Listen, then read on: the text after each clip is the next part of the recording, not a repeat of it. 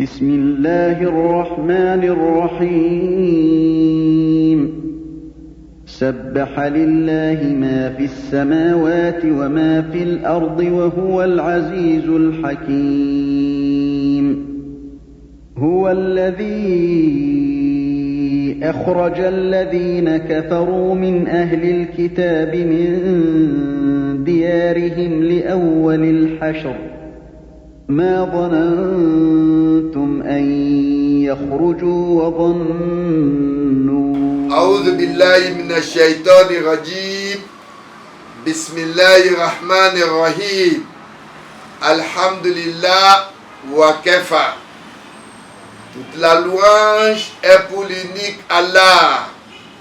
Il a révélé le Coran comme guide pour l'humanité.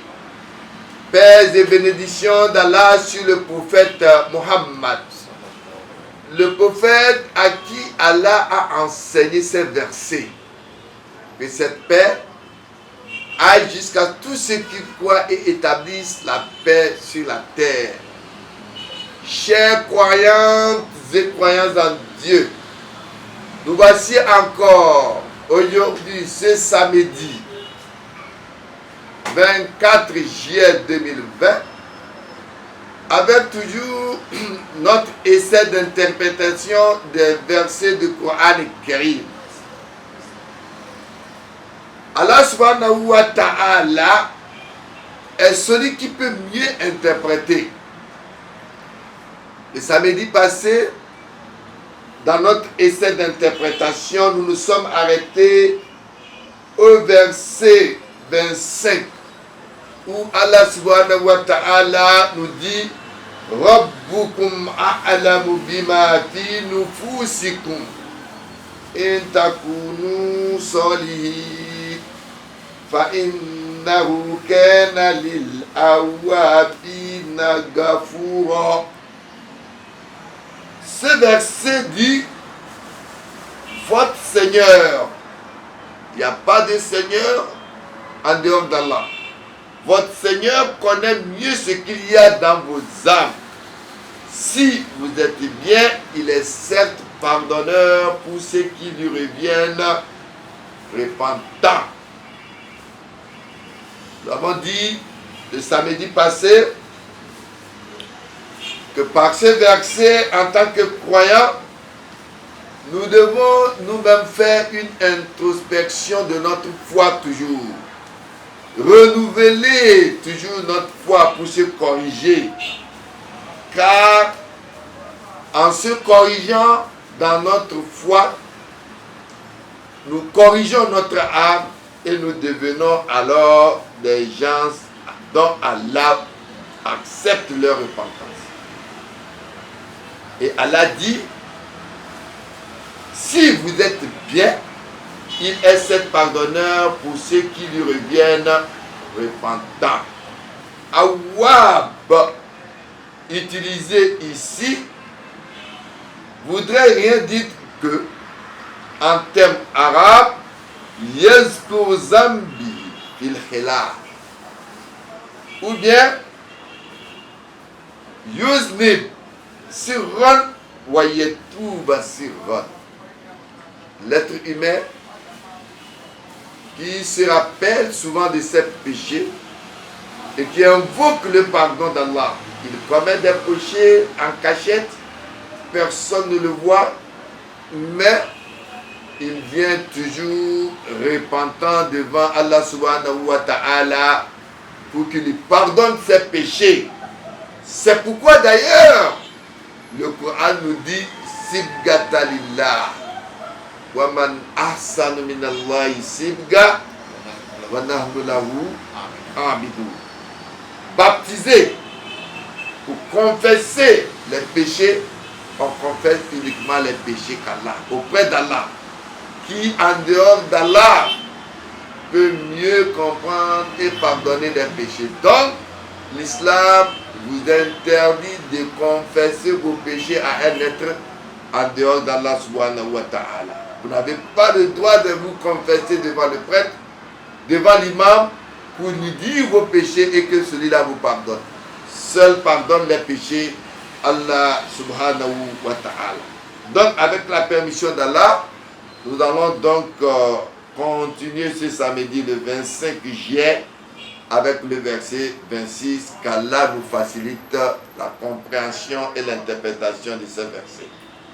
أعوذ بالله من الشيطان الرجيم بسم الله الرحمن الرحيم وآت ذا القربى حقه والمسكين وابن السبيل ولا تبذر تبذيرا إن المبذرين كانوا إخوان الشياطين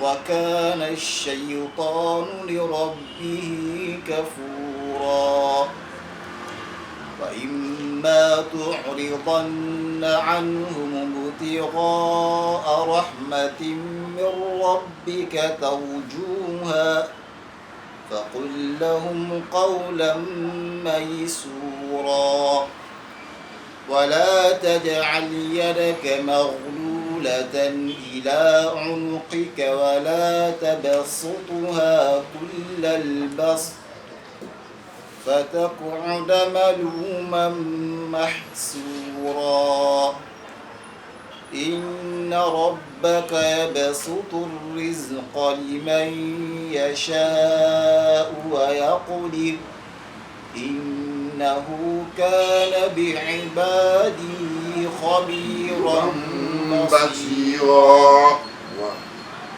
ولا تقتلوا أولادكم خشية إملاق نحن نرزقهم وإياكم إن قتلهم كان خطأ كبيرا ولا تقربوا الزنا إنه كان فاحشة وساء سبيلا ولا تقتلوا النفس التي حرم الله إلا بالحق ومن قتل مظلوما فقد جعلنا لوليه سلطانا فلا يسرف في القتل إنه كان منصورا ولا تقربوا مال اليتيم إلا بالتي هي أحسن حتى يبلغ أشده وأوفوا بالعهد إن العهد كان مسؤولا وأوفوا الكيل إذا كلتم وزنوا بالقسطاس المستقيم ذلك خير وأحسن تأويلا بسم الله الرحمن الرحيم وآت ذا القربى حقه والمسكين وابن السبيل ولا تبذر تبذيرا.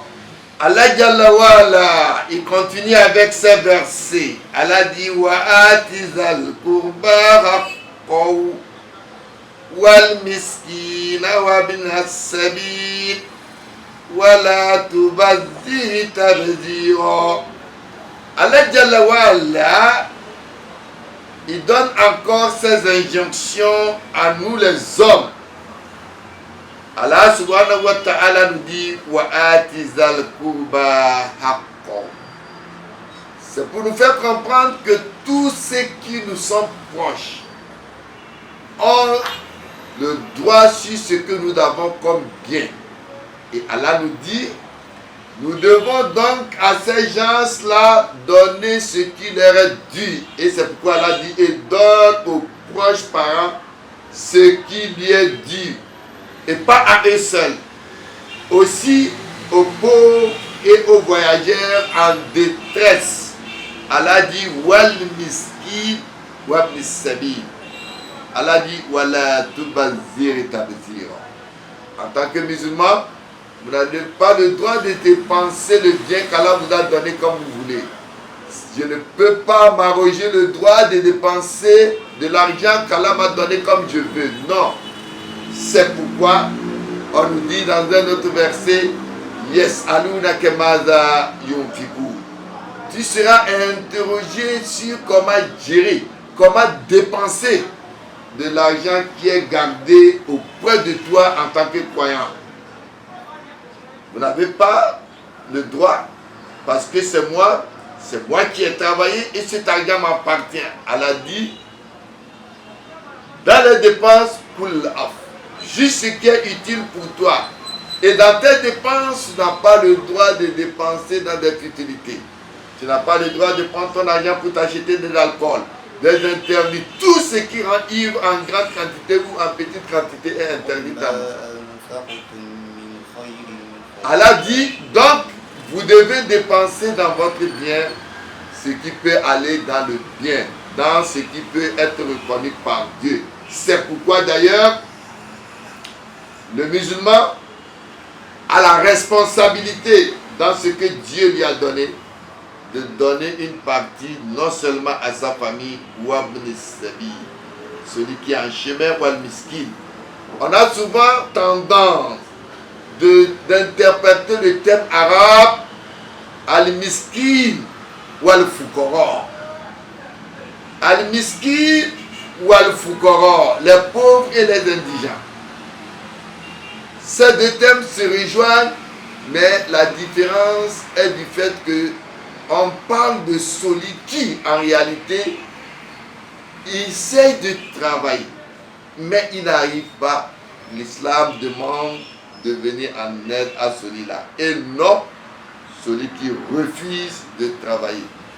Allah dit, ceux qui dépensent leur argent, ou gaspillent leur argent, Allah dit, de ne pas gaspiller d'une façon indûment ce que Dieu vous a donné. Il continue avec ce verset.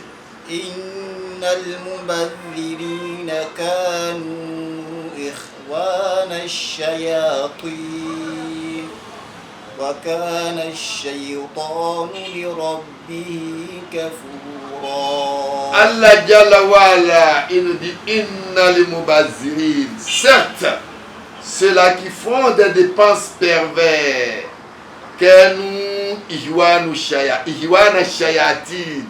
ils sont donc les frères des diables.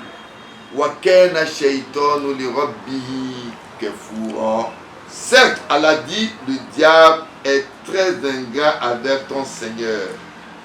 Allah compare donc Satan, l'ingratitude de Satan à ceux qui dépensent d'une façon perverse. Sachez que dans le bien qu'Allah a incité, et le prophète dit Silatul Rahima. Le lien de famille est très important en islam. Ce que Dieu vous a donné, vous ne devez pas donc dire que cela vous appartient. Vous allez dépenser comme il veut. C'est pourquoi d'ailleurs, dans l'héritage, l'islam reconnaît une partie de l'héritage aux proches parents. C'est ça quand vous avez dans la législation islamique de faire le partage des biens des ayants dû. Les parts ne sont pas les mêmes. Le père, la mère, les enfants, le garçon, le double de ce que prend la femme, on déduit une partie de l'aumône aux proches parents en détresse. Donc, vous n'avez pas le droit de dépenser votre argent comme vous voulez, car ceux qui le font, Allah Jalla wa Ala a comparé ces gens-là au diable. Qu'Allah nous préserve. وَإِمَّا تُعْرِضَنَّ عَنْهُمُ ابْتِغَاءَ رَحْمَةٍ مِّن رَّبِّكَ تَرْجُوهَا فَقُل لَّهُمْ قَوْلًا مَّيْسُورًا. Allah Jalla wa Ala nous dit وَإِمَّا تُعْرِضَنَّ عنهم ابتغاء رحمة من ربك ترجوها فقل لهم قولا ميسورا.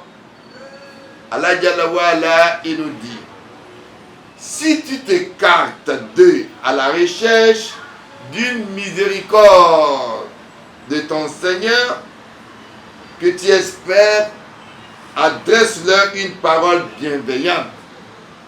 Comment s'écarter de certains? Oui, il y en a qui pensent que tout ce que Dieu ne veut pas et qu'aujourd'hui le monde est corrompu à cause de la corruption du monde, il veut s'écarter de tout ce qui est pouvoir. Il veut s'écarter de tout ce qui est de force de mal. Il veut s'écarter de la corruption. Allah Jalla wa Ala dit, oui, c'est vrai, certes le mal existe. Tu ne dois pas confronter le mal avec le challenge. Tu ne dois pas l'accuser que tu es voleur. Tu ne dois pas l'accuser que tu es ceci et tu es cela. Non, en tant que croyant, Allah dit, adresse-leur une parole bienveillante.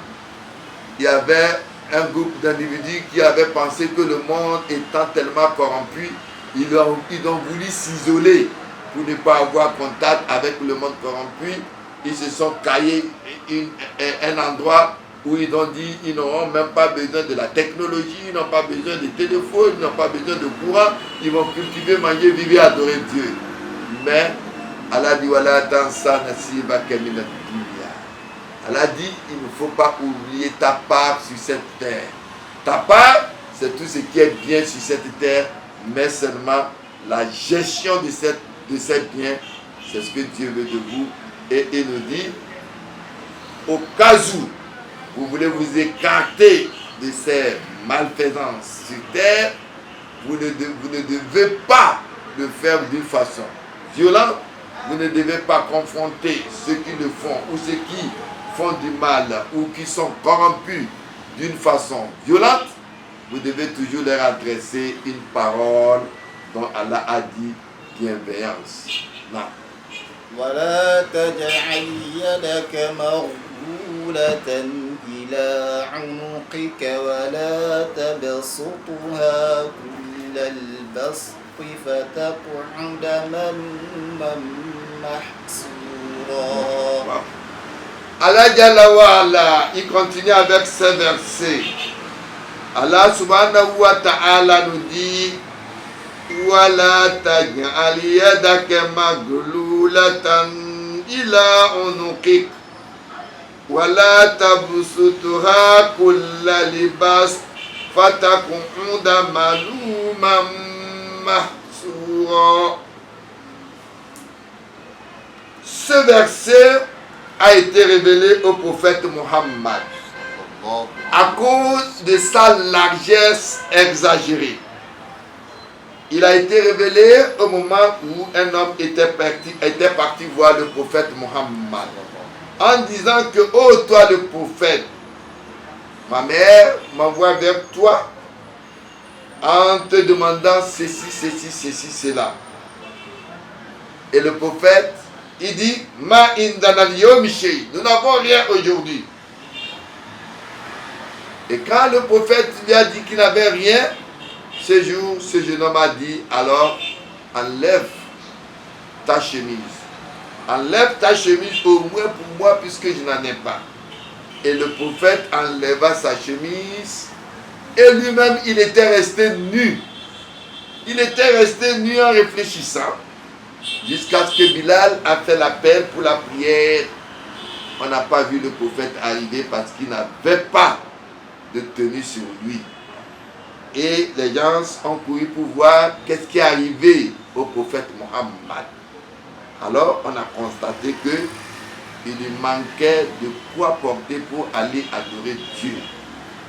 Et c'est pourquoi Allah Jalla wa Ala a révélé donc ce verset. C'est ça, c'est la circonstance de sa révélation. Allah dit, ne porte pas ta main enchaînée à ton cou par avarice.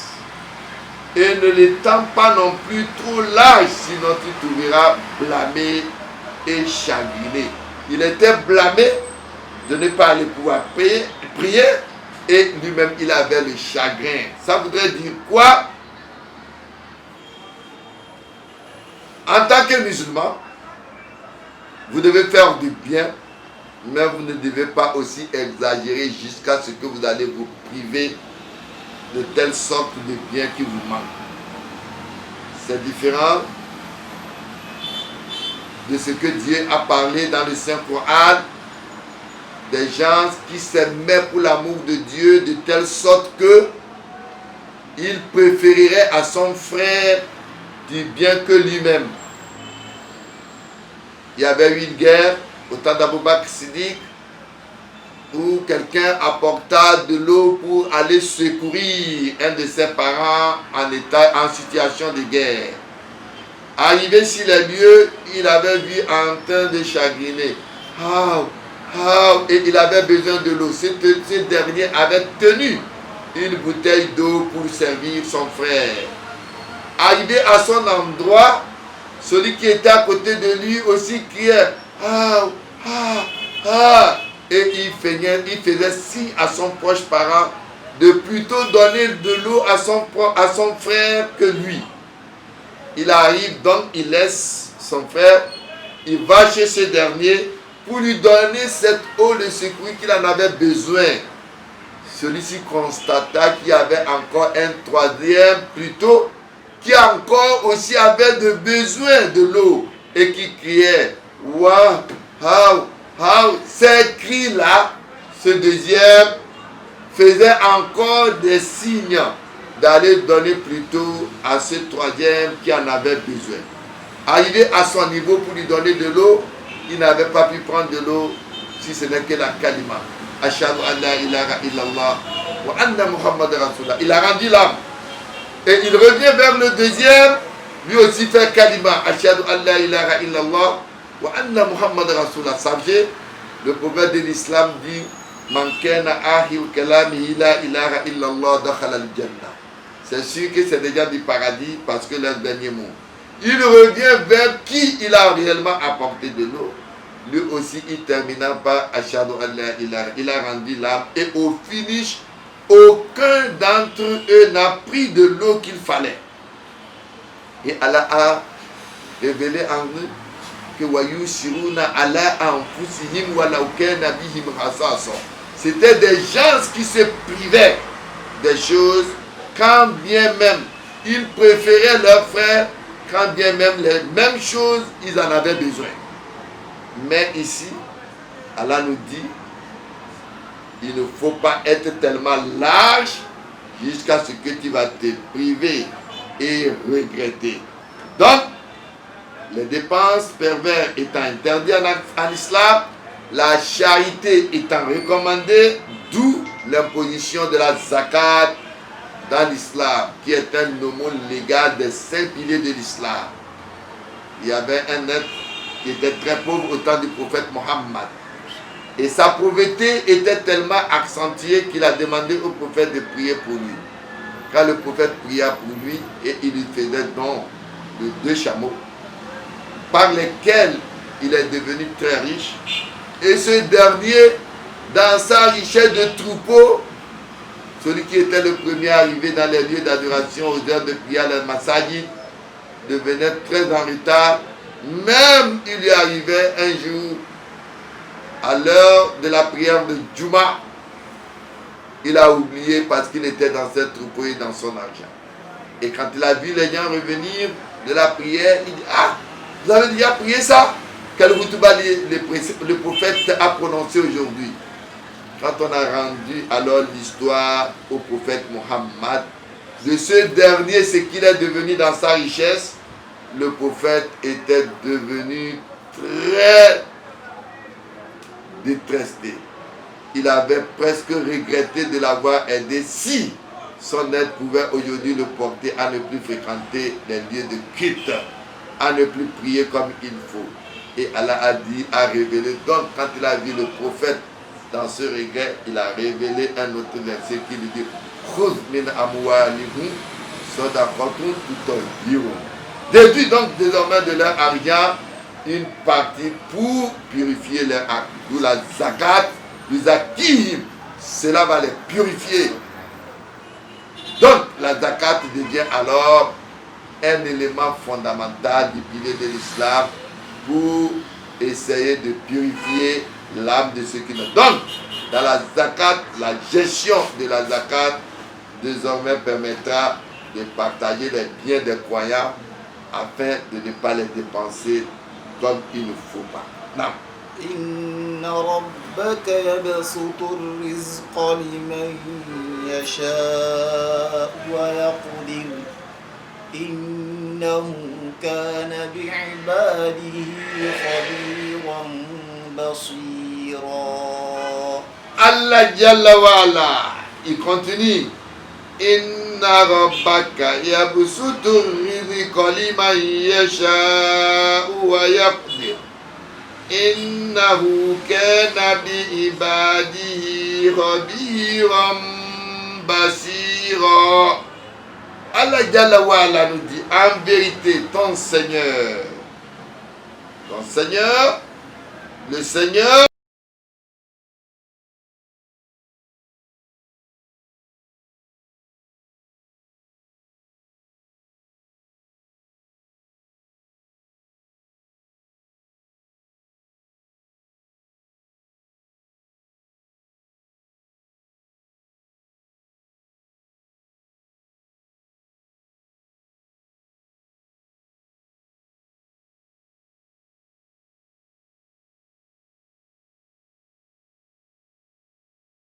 en arabe, quelque chose de similaire, oui. Donc, Allah subhanahu wa ta'ala, en vérité, ton Seigneur Allah, étend ses biens, ses dons largement à qui il veut, ou les accorde avec parcimonie, ou réduit comme il veut à chacun. Certes, il est le parfait. Il est parfaitement clairvoyant. Il donne, il peut décider de donner de l'argent à quelqu'un qui ne connaît pas l'utilité de l'argent. La richesse que Dieu donne est une épreuve aux gens. Dieu ne donne pas l'argent parce qu'il est très intelligent. Il ne donne pas l'argent à un individu parce qu'il est noble. Il donne à qui il veut et celui à qui Allah donne de l'argent, il lui donne comme épreuve. Il lui donne cet argent pour qu'il puisse comprendre que lui, Allah, il décide comme il veut, il donne à qui il veut, mais quand il vous donne aussi, il vous dit de ne pas les dépenser comme vous pensez, vous jugez bon. Il dit inna rabbaka. C'est le inna, nous avons toujours dit, c'est une certitude. Rabbaka, ton Seigneur, yabsutu rizqa. Il épargne, il étend ses biens à qui il veut, liman yasha, à qui il veut. Il réduit ses richesses à qui il veut. Innahu, le hu donc réfère toujours à Allah. C'est le hu, c'est Allah. Kena, il est bi'ibadihi, il est pour son serviteur. Khabiram basira, il est parfaitement clairvoyant. Il sait bien que celui-ci n'est pas digne d'avoir de l'argent, il n'est pas bien préparé pour gérer l'argent, mais il lui donne. Tout ce qu'il entreprend, ça marche. Vous vous dites quoi? Et il y en a même qui, au lieu d'accepter leur sort, décident de dire que l'argent, ce n'est pas bien pour telle personne. C'est nous comme ça qui devons être riches. Pourquoi lui? Et il va se gêner, même aller voir les charlatans. Oui, pourquoi c'est mon jeune frère qui doit être riche alors que c'est moi qui suis bien? Avant de revenir de chez le charlatan, Allah encore a fait une multiplier en bien, en bien, en bien, en bien. Wallahu alam. C'est sur ce verset donc que nous allons arrêter ce tafsir de ce samedi 25 juillet. Ce que nous avons pu dire de bon vient d'Allah. Les imperfections viennent de nous. Qu'Allah le Tout-Puissant nous facilite l'interprétation de ces versets. Wallahu a'lam. Wassalamu alaykum wa rahmatullahi wa barakatuh. خشية الله وتلك الأمثال نضربها للناس لعلهم يتفكرون